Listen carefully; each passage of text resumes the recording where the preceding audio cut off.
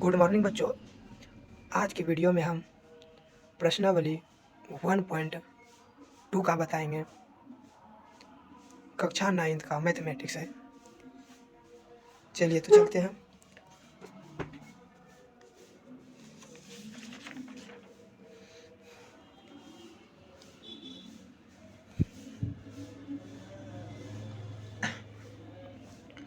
बच्चों, इससे पहले क्या बोल रहे, नीचे दिए गए कथन सत्य है या असत्य है, कारण के साथ अपने उत्तर दीजिए।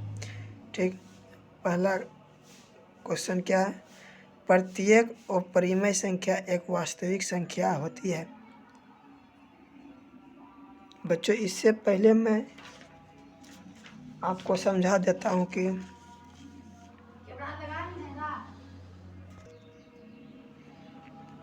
बच्चों, वास्तविक संख्या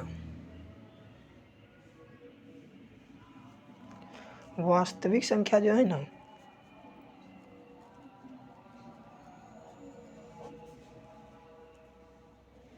संख्या यह 2 प्रकार का होता है। पहला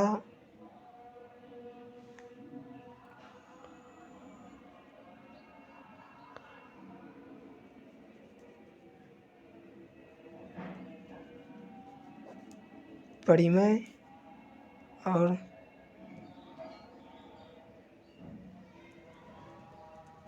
अपरिमेय संख्या। यह जो है ना, परिमेय संख्या और अपरिमेय संख्या मिलके ही वास्तविक संख्या बनती है। ठीक बच्चों, वास्तविक संख्या कितने प्रकार के? 2 प्रकार के, एक परिमेय और दूसरा अपरिमेय। बस याद रखिएगा कि वास्तविक संख्या 2 प्रकार के, परिमेय और अपरिमेय। परिमेय संख्या और अपरिमेय संख्या मिलकर ही वास्तविक संख्या बनते हैं। चलिए क्वेश्चन पे आते हैं।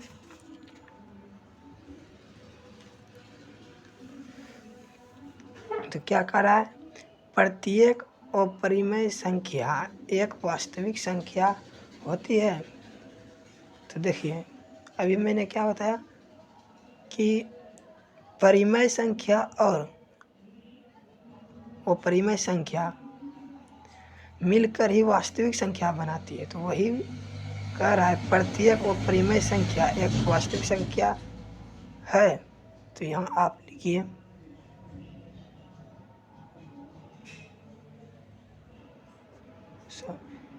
सॉल्व लिखिए, फिर लिखिए सत्य है। सत्य है, और इसमें कारण के साथ लिखना है। तो आप लिखिए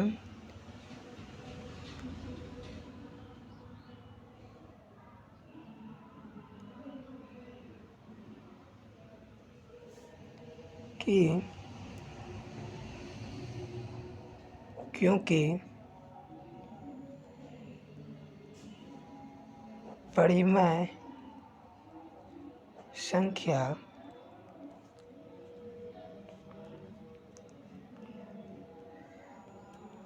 और अपरिमेय संख्या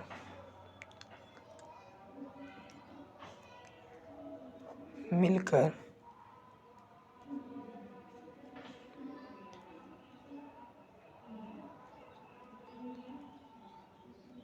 वास्तविक संख्या बनाती है। ठीक बच्चों, तो आइए दूसरा क्वेश्चन पर।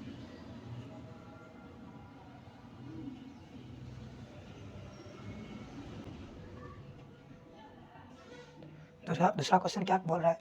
संख्या रेखा का प्रत्येक बिंदु √m के रूप में है, √m के रूप का होता है, जहां m एक प्राकृतिक संख्या है। जहां m एक प्राकृतिक संख्या है।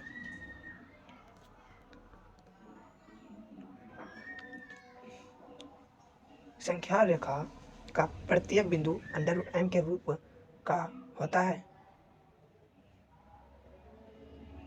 ये देखो बच्चों औसत है। देखिए अंडर रूट में जो होता है ना, आइए बताते हैं।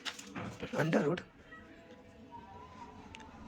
में 2 भी होता है, 3 भी होता है, 4 भी होता है। यहाँ तक तो ठीक है, पर ये भी हो सकता है। तो ये ऋणात्मक ना आ गया, ऋणात्मक आ गया, इसीलिए जो है ना ये संभव नहीं है, काल्पनिक संभव नहीं है। ठीक बच्चों, इसीलिए हम यह कह सकते हैं कि यह असत्य है, असत्य है। कारण बताना है, क्योंकि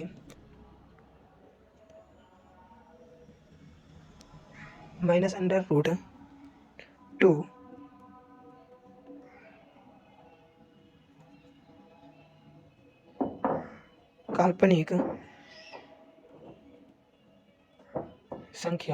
काल्पनिक संख्या है,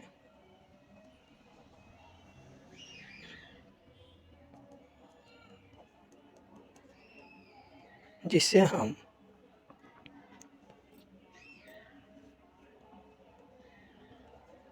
रेखा में नहीं दर्शा सकते हैं।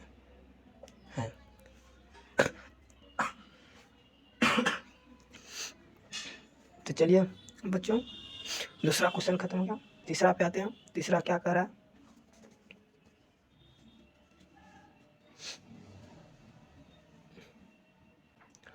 तीसरा क्वेश्चन कह रहा है कि प्रत्येक वास्तविक संख्या एक परिमेय संख्या होती है। देखो बच्चे, अभी मैंने बताया कि वास्तविक संख्या क्या है, परिमेय संख्या, और वो परिमेय संख्या बन के मिल के, यानी कि मिल के वास्तविक संख्या बनती है, ना कि वास्तविक संख्या परिमेय संख्या और वो परिमेय संख्या होती है। इसीलिए जो है ना, हम कह सकते हैं कि वो सत्य है। ठीक है ना, वो सत्य है।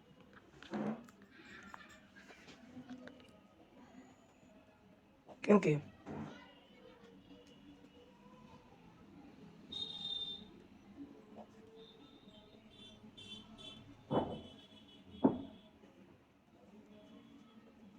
वो परिमेय संख्या मिलकर वास्तविक संख्या बनती है,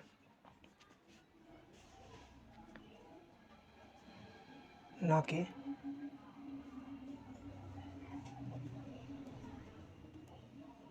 संख्या मिलकर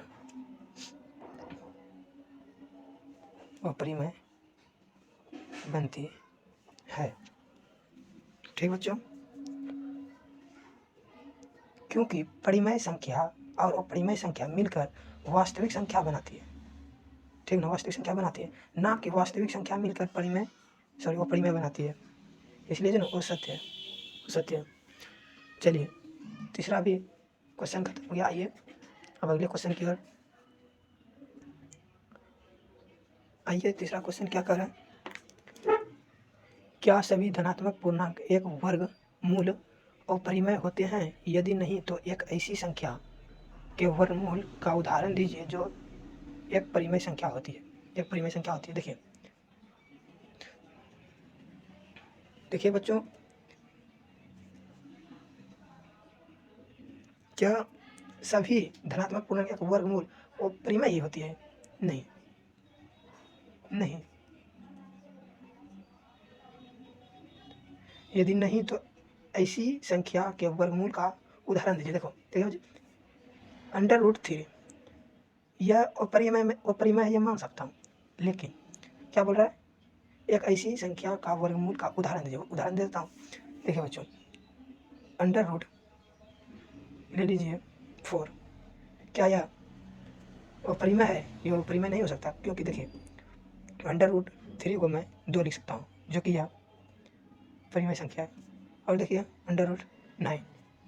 यह भी, इसे भी मैं 3 लिख सकता हूँ। यह भी एक परिमेय संख्या है, इसीलिए तो ये दोनों क्या है, परिमेय संख्या है, इसीलिए यह है ना गलत है।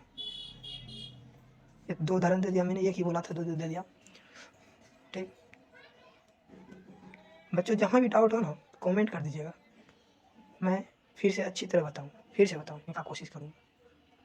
चलिए दूसरा क्वेश्चन खत्म हो गया, आगे तीसरे क्वेश्चन पर चलते हैं। चलिए तीसरा क्वेश्चन, यह जो है ना बच्चों, ये क्वेश्चन आप इम्पोर्टेंट है, इसे जो है ना वी आई कर लीजिए। ठीक, यह क्वेश्चन इम्पोर्टेंट है, वी आई कर लीजिए। चलिए क्वेश्चन क्या बोल रहा है, देखिए, दिखाइए कि संख्या रेखा पर √5 को किस प्रकार निरूपित किया जा सकता है। तो बच्चों इसमें जो है ना पाइथागोरस से समझा जा सकता है। इसमें जो है ना, इसमें स्केल की ज़रूरत पड़ेगी। इस स्केल को आप लेके बैठिएगा, जब भी पढ़ाई करने बैठिएगा, स्केल चाप जितना भी होता है ना लेके बैठिएगा। चलिए पाइथागोरस,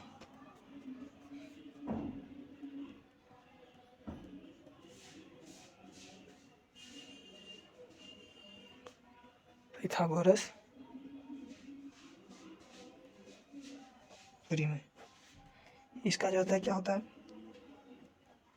कर्ण का स्क्वायर, आधार का स्क्वायर प्लस लंब का स्क्वायर।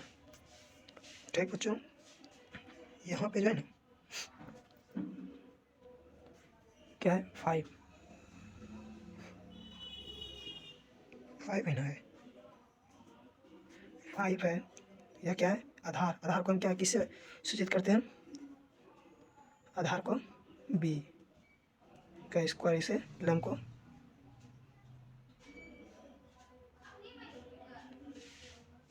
l।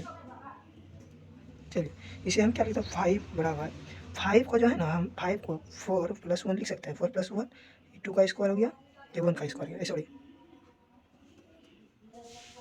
रुकिए बच्चों, स्क्वायर को यही अभी समझने के लिए अभी से हंसका देते हैं, समझने के लिए मैं 5 कर सिर्फ नहीं दी इस हंसका ये पाइथागोरस सिर्फ रखिए, पाइथागोरस प्रमेय का फॉर्मूला।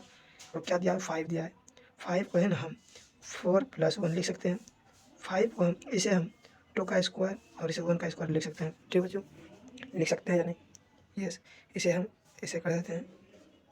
ठीक, ये जो हो गया क्या हो गया, आधार हो गया, यह हो गया लंब हो गया।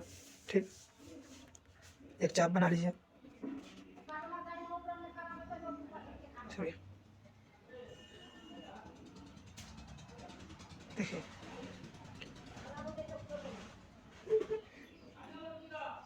यह कर्ण हो गया, आधार हो गया और यह लंब हो गया। ठीक,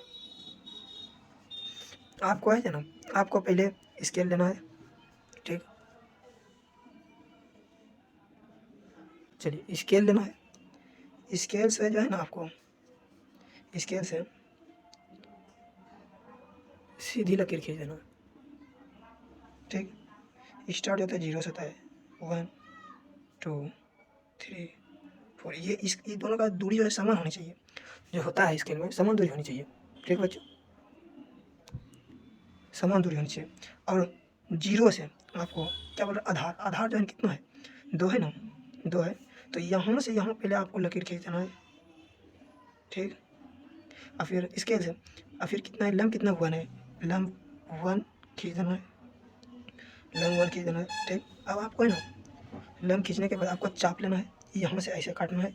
चाप लीजिएगा तो यहाँ कटेगा, इधर यहाँ कटेगा। ठीक, चाप से, ठीक ना, फिर यहाँ रख के यहाँ से, फिर यहाँ से ये जो है ना 90 डिग्री का बन जाएगा। 90 डिग्री का बनेगा तो ये खींचा जाएगा ना। इसे पहले इसके से पहले मत खींचिएगा, मेरे पास अभी नहीं, बस आपको टेम्पोररी बता रहा हूँ।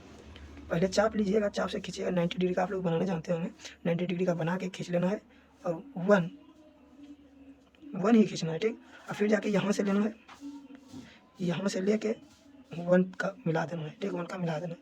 ठीक ना, फिर यहाँ से लेने के बाद 1 का मिला देना है, उनका मिला देना, ये हो गया 2, ये हो गया 1। ठीक, आप फिर चाप लेके यहाँ पे रख के जब आप ऐसे घुराइएगा, ऐसे घुराइएगा, ये जो आएगा ना यहाँ से यहाँ √5 आएगा। क्या आएगा? √5 आएगा। समझ गए? बस आपको इसी तरह चाप से करना है, स्केल चाप पास में रखना है और बना लेना है। ठीक, समझ गए बच्चों? चलिए 3 नंबर क्वेश्चन खत्म हो गया। चलिए अब चलते हैं अगला क्वेश्चन पे। तो चलिए बच्चों 4 नंबर क्या कह रहा है क्वेश्चन। 4 नंबर देखिए, 4 नंबर क्या है? कागज़ की एक बड़ी शीट लीजिए और नीचे दी गई विधि से वर्गमूल सपिंड की रचना कीजिए। सबसे पहले एक बिंदु O लीजिए और एकांक लंबाई का रेखाखंड OP खींचिए। एकांक लंबाई वाले OP1 पर लंबे रेखाखंड P1 P2 खींचिए। ठीक, देखिए इसमें कुछ नहीं है, इसमें सब दिया हुआ है। देखिए जो है ना OP1 है, OP2 है, OP3 है, OP1 कितना है? 1 है। तो पहले आपको है ना चाप की ज़रूरत पड़ेगी इस सवाल में। ऐसे भी क्वेश्चन है ना पूछे नहीं जाते हैं एग्जाम में, ये सवाल पूछे नहीं जाते, पर तब फिर भी आप जान लीजिए, क्या पता बिहार बोर्ड है। देखिए O से P तक चाप को रखना है, ऐसे करके चाप को रखना है, ऐसे P तक 1 सेंटीमीटर है। उसी तरह आपको है ना यहाँ से यहाँ खींच देना है, चाप यहाँ रख करके ऐसे खींच देना है। ऐसे आपको नहीं कितना है? P3 है। तो आपको फिर यहाँ से देखिए चाप लीजिएगा, यहाँ रखिएगा, ऐसे रख के ऐसे चाप को जब यहाँ रख के P3 पे रख के इधर काटिएगा तो P4 होगा। P4 को यहाँ से मिला दीजिएगा O से। ठीक है, P4 हो जाएगा। फिर जाके यहाँ से P4 से चाप रखिएगा 1 सेंटीमीटर, फिर इधर लीजिएगा P5, फिर यहाँ से यहाँ O तक मिला देना है, O तक मिला दीजिएगा, P5 हो जाएगा। फिर जाके फिर P5 से लेके 1 सेंटीमीटर लेना है, फिर मिला देना है, फिर P6 से लेना है, ऐसे करके मिला देना है। बस क्वेश्चन हो गया। ठीक बच्चों, हम उम्मीद करेंगे कि आप लोगों को अच्छी तरह समझ में आया होगा। ठीक बच्चों, अगर आप चाहते हैं कि और सब्जेक्ट देखना है तो मेरे चैनल को सब्सक्राइब कर दीजिए और फॉलो कर लीजिए, ताकि आपको क्वेश्चन का आंसर मिलता रहेगा। ठीक बच्चों, आज के लिए इतना ही। ठीक, गुड नाइट।